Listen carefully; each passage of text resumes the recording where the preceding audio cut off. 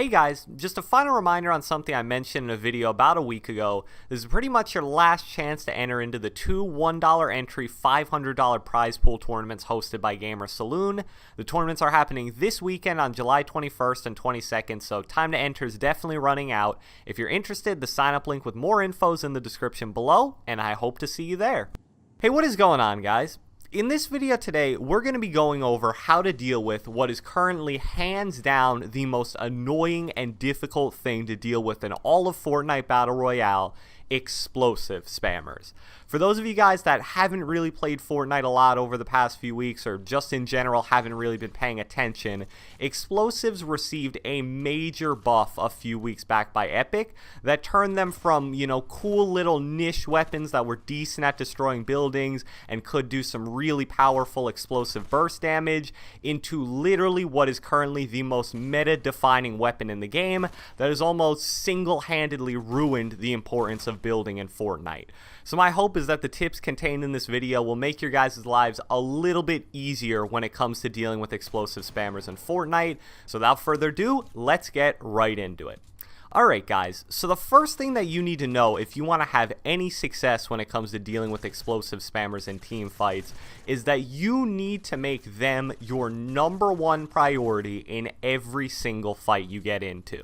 The last shooter game that I played really seriously before Fortnite was a game called Overwatch. If you don't know anything about Overwatch, it's basically a shooter game where, unlike Fortnite or Call of Duty, there are different types of characters that you can use. There are tanks, which are used to soak up a lot of damage, DPSs that are used as the main slayers, and the one that we're going to be going over for this video to compare to explosive spammers, supports and mainly healers in the support class. Now, if you played a DPS in Overwatch, which is probably most comparable to like a Call of Duty character or a Fortnite character, your #1 priority in every single team fight was to kill the healer. And most teams would have 2 healers. That's how important they were to every good team composition. When you got into a fight, every single slayer, and just in general every single player on the team, needed to make those healers their #1 priority. Why was that? Because if you killed them, you were killing the players that were providing more help to their team than any of the other 5 players on that team. That is very comparable to dealing with explosive spammers in Fortnite. What explosive spammers are doing when they're comfortably sitting behind a ramp and just absolutely spamming down all of your buildings with either an RPG or a grenade launcher or clingers or C4s or whatever they have, is they're basically making it a fight where your team is not able to build and their team is able to build. And we know how overpowered and good and team fight defining building is in Fortnite, so if one team can build and one team can't, I'm sure you guys know how most of those fights are going to end up going.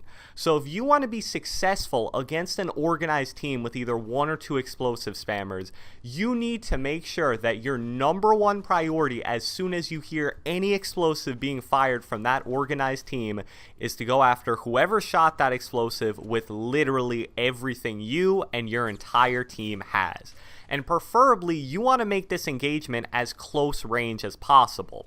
The reason for that is explosives in Fortnite are most effective at, I would say, a medium to medium long range. Something like a grenade launcher or a C4 or a clinger really is totally useless in a close range engagement. And even an RPG, which is probably the explosive that is most effective close range, is still not really that effective because it's really fluky. There's a lot of splash damage you have to worry about.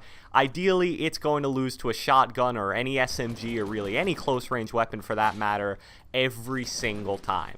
So you want to bring that fight right into the explosive spammer's face, because if you just let him sit behind his ramp or his wall or whatever structure he put together and just spam RPGs or grenades from a grenade launcher at your buildings and your teammates' buildings for the entire fight, well, let me just tell you, unless you have a huge skill advantage over the team that you're fighting, that's a fight you're going to lose probably 9 out of 10 times, if not more. So explosive spammers need to be the number one priority, and if you don't make them the number one priority in every single team fight you get into with an explosive spammer, let me just tell you, good luck out there, because you are going to have a lot of trouble in Season 5 of Fortnite. So the next thing that we're going to be covering when it comes to dealing with explosive spammers in Fortnite is actually the number one mistake I see made against explosive spammers in Fortnite, and that is the idea of overbuilding. I've covered this tip many times on my channel, specifically in my How to Win Build Battle videos, but I assure you today we're going to be talking about it in the context of dealing with explosives. It isn't a hard concept to understand that after the patch, explosives beat build structures literally every single time. If explosives are rock and rock, paper, scissors, well, then the structures that you're going to be building are scissors, because the explosives are going to win every single time, no matter how you shake it. And I'll just share with you guys a basic example of how I see overbuilding used as a mistake against explosive spammers all the time when I'm watching people play Fortnite. So a guy will run up on a team fight, let's just say a fair 4v4. He'll build whatever structure he thinks he's going to initiate the fight with. Let's just say like a 3-high ramp wall combo, and then he puts a floor piece and then builds a 2-high 1x1 from that. So what's that, like 150 materials? And a guy will shoot one rocket at the base of it and blow the entire thing up. Alright, no mistakes made yet. There's no way he could have possibly anticipated that the guy had rockets before the fight started. But then he does the same thing again, builds the 150 material structure again, another rocket, and it comes crumbling down to the ground within seconds. And then the guy does it again, and again, and again. It's literally almost like the definition of insanity, and I see it all the time, doing the same thing over and over again and expecting different results. This is bad, and overbuilding specifically is bad against explosive spammers for two reasons. Number one, you're just blatantly wasting materials. In that example I gave you, the 150 material structure that got shot down maybe 5 or 6 times, that's a loss of about 750 to 900 materials in what, maybe 20 to 30 seconds? That's not only going to make it really hard for you to win the fight that you're currently in now as you're getting explosive spammed at you, but if you somehow, by some miracle, win it, it's going to make the rest of the fights you run into for the rest of the game very difficult to win.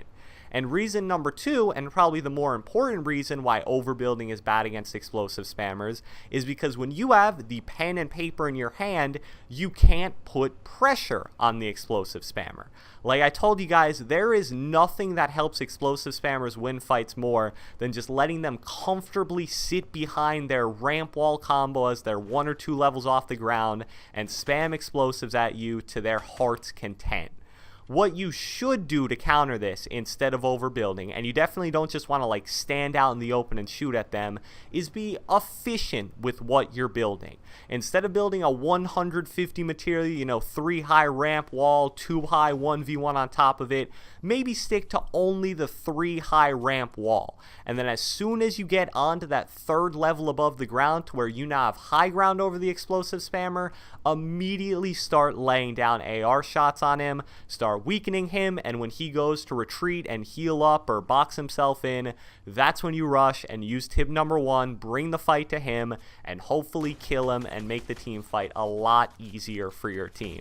So overbuilding, a very common mistake in Fortnite, and probably more important than ever when it comes to dealing with explosive spammers in Fortnite. The next tip in this video, much like number 2, is one that if you've watched a lot of the videos on my channel, you've probably heard before. But in terms of dealing with explosive spammers, it's almost like an entirely different tip, and what I'm referring to is the use of natural high ground in Fortnite.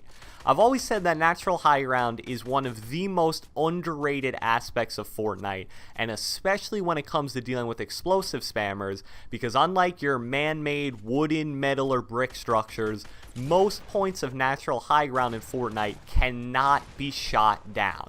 Small buildings and things like little shacks out in the middle of nowhere can be shot down and won't provide you much better cover than whatever you can build, but some things like really large buildings, tall buildings, mountains, and hills are practically impossible to shoot out with RPGs or clingers or grenade launchers, which would usually dominate man-made structures in Fortnite. That's why it is so important to utilize whatever natural high ground you can find in the middle of fights, because it basically ensures that you will not be shot out from the high ground that you found on that point of natural high ground. This is so advantageous when it comes to dealing with explosive spammers, because if you can't be shot down, it basically takes away the entire point of spamming explosives in the first place. Yeah, when you shoot them, you're always kind of hoping for like a knock or two, but the number one reason explosives are used by good players is to shoot down any structures that people are building. But if you're on a really tall mountain or a really large building, that is no longer possible. So there's nothing wrong with taking a few seconds time out in the middle of an intense fight, relocating to a mountain or a really large building, setting up there and raining down fire from that natural high ground where you know you have practically no chance of being shot down by any explosives your opponent may have. The final tip I have for you guys in this video today is going to be more of a last resort solo based tip. And that is the idea of simply waiting out the explosives being fired at you. Although explosives were heavily buffed over the last few weeks, there was one fairly significant nerf on explosives, and that was the fact that Epic limited the amount of unloaded rockets you could carry in your inventory to 12. So that means a fully loaded rocket launcher can have a maximum of 13 shots, and a fully loaded grenade launcher can have a maximum of 18 shots.